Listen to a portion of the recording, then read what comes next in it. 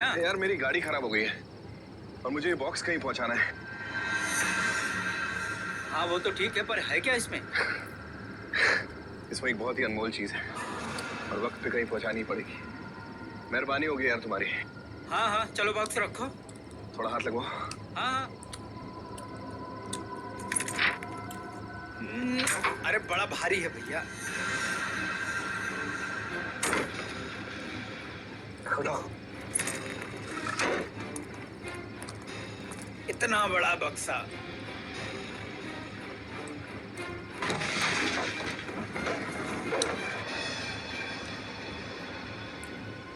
ये एड्रेस है, इस बक्से को इस जगह छोड़ देना। क्या मतलब है, आप नहीं आ रहे हो?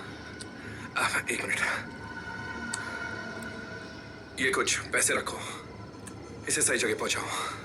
बक्सा उतारिए। हाँ? मैंने कहा ना बक्सा उतारिए। अरे मुझे नहीं करनी आपकी मदद। अरे बेवकूफ समझा आपने? हाँ, बक्से में क्या है क्या नहीं है। तुम ये सब रखो यार, लेकिन टाइम पे बक्सा जिस एड्रेस पे बोला है वहां पहुंचा देना। हाँ देखिए मेरी एक शर्त है, बक्सा खोल के देखूंगा मैं। अरे यार। क्या है क्या नहीं है इसमें। सुन मेरी बात सुन, मेरी नौकरी चली जाएगी, इसे मैं नहीं खोल सकता। बस पास में ही तो जाना है, प्लीज लेके जाओ ना यार। ठीक है भाई, भरोसा बक्से में से चीख। हे भगवान।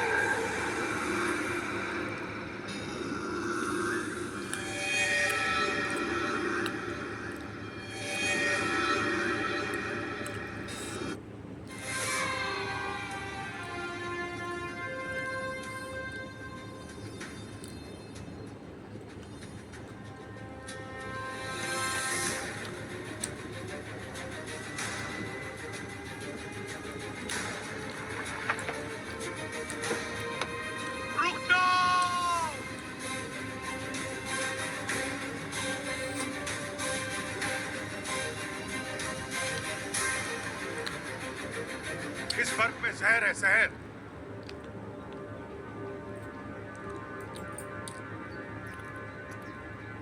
थैंक गॉड सर, आप सही वक्त पर आ गए, वरना अनर्थ हो जाता। आज गणतंत्र दिवस था तो मैंने इन बच्चों को इनके पेरेंट्स के साथ यहाँ पर बुला लिया था। अब सब कुछ ठीक हुआ है, हाँ? अब खुशी से गणतंत्र दिवस मनाएं। हम लोग चलते हैं, ओके? अब जब किस्मत आपको हमारे दरवाजे तक ले ही आई है तो मैं आपसे विनती करता हूँ कि आप हमारे देश के गर्व और भारतीय ध्वज को अपने हाथ से फहराएं। ये तो राष्ट्रध्वज फहराने के लिए मिल रहे हो तो बड़ी गर्व की बात है, लेकिन इससे पहले मैं आप सभी से एक अपील करना चाहता हूँ।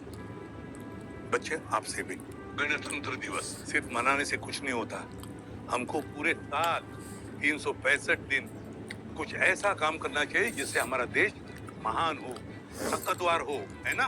पर अंकल, मैं तो छोटा हूँ, देश को कैसे मान बनाऊंगा?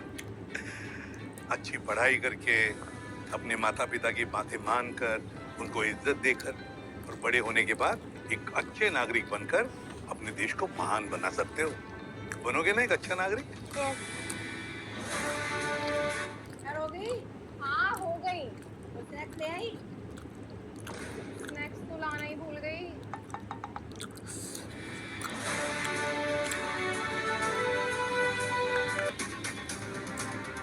10, 11, 12। सर, पहली बार किसी केस में 12 लाशें देख रहा हूँ। सर एक लड़की जिंदा थी, उसकी पल्स लो थी, उसे हॉस्पिटल भिजवा दिया है। गुड। सबके फोटो को नोटिस किया? सर लग रहा है कि जहर का मामला है। कहीं सब लोगों ने मिलके आत्महत्या तो नहीं कर ली? क्या बात कर रहे हो पंकज? ये देख रहे हो? ये दोनों वेटर हैं। ये बेचारे तो यहाँ काम करने आए होंगे, ये क्यों आत्महत्या करेंगे? हैं? अभिजीत सर, ये अन्वेषा है, ये घर इन्हीं का ही है और क्राइम सीन सबसे पहले इन्होंने ही देखा था। आपने ही फोन किया था सीआईडी को? जी हाँ, मैंने कभी सपने में भी नहीं सोचा था कि इतना भयानक नजारा देखने को मिलेगा। ये सब कैसे हुआ? जब मैं पार्टी से 5 बजे वापस आई तो मैंने देखा कि मेरी मम्मी की डेड बॉडी वहां पे पड़ी हुई है और इन सब की यहाँ। आप 5 बजे घर वापस आई, कहाँ गई थी? मैं मेरी दोस्त की बर्थडे पार्टी में गई हुई थी। और कितने बजे घर से निकली थी आप? क्या आप उस पर शक कर रहे हैं? नहीं, अभी तो हम सिर्फ ये पता लगाने की कोशिश कर रहे हैं कि ये जुर्म कितने बजे हुआ था। मैं 9:30 बजे के आसपास यहाँ से निकली थी। कौन कौन रहता है इस घर? मैं और मेरी मम्मा। आई सी। तो ये जो पार्टी हुई थी ये कभी है? नहीं, ये सारे के सारे कंपनी के मेंबर्स ही हैं, बस इन 2 वेटर्स को छोड़ के। पूर्वी, अपनी यहाँ पे जितने भी खाने पीने का सामान है सारा एविडेंस कलेक्ट कर लो। अब जरा दिखाइए आपकी मम्मी की बॉडी कहाँ पे? उधर। सर, ये मेरी मम्मा है।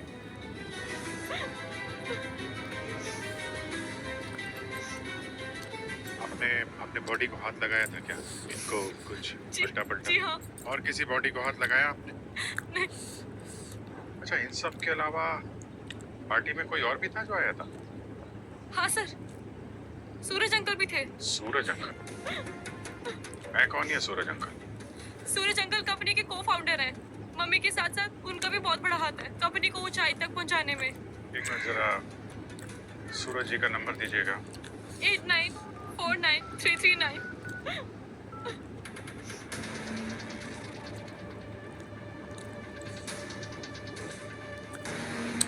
फोन काट दिया।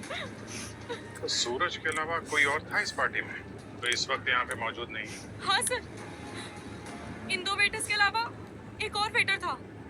तो मतलब टोटल 3 वेटर थे? हाँ। अंकल, वो कैटरर से पता करो तीसरा वेटर कौन है, और आप जरा सूरज अंकल का एड्रेस दीजिए। मिस्टर सूरज, आप पार्टी से क्यों जल्दी चले आए? सर, पार्टी से जल्दी निकलने में गलत क्या है? ये कोई क्राइम थोड़ी ना है।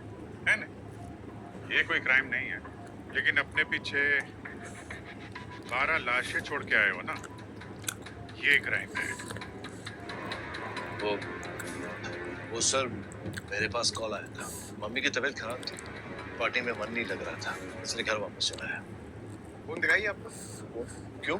एक मिनट दीजिए। देखिए भाई, के मम्मी डैडी का कॉल लॉग में है क्या? सर, ना तो मम्मी का फोन आया ना तो डैडी का। तो आपको चिट्ठी आई थी कि कोई कबूतर आया था? सर, वो मेरा फोन डेड हो गया था, इसीलिए मैंने किसी और के फोन से कॉल किया था। हाँ, अच्छा।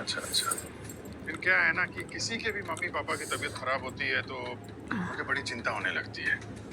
एक काम करते हैं, आपकी मम्मी का भी हाल चाल पूछ ही लेता हूँ मैं। फोन लगाओ जरा इनकी मम्मी को। सर, वो मैं आपको सब कुछ सच बता दूंगा। मैं आपको बताता हूँ कि आखिर उस दिन हुआ क्या था। आप सब एम्प्लॉइज नहीं हैं सिर्फ हमारे लिए, बल्कि एक परिवार जैसे हैं। और इस परिवार की मुखिया होने के नाते मैं आपको बताना चाहूंगी, मुझे बहुत गर्व है आप सभी पे, खासकर सूरज और हमारी टेक्निकल टीम पे, जिन्होंने अपने नए आविष्कार से ऐसा कारनामा कर दिखाया है जिससे ना सिर्फ हमारे पूरे देश को फायदा होगा बल्कि पूरी दुनिया में धूम मच जाएगी। हमारे इस नए बैटरी पावर्ड टेक्नोलॉजी से 3 cheers to us. Thank you Suraj, thank you team. Enjoy your evening and let's celebrate the win.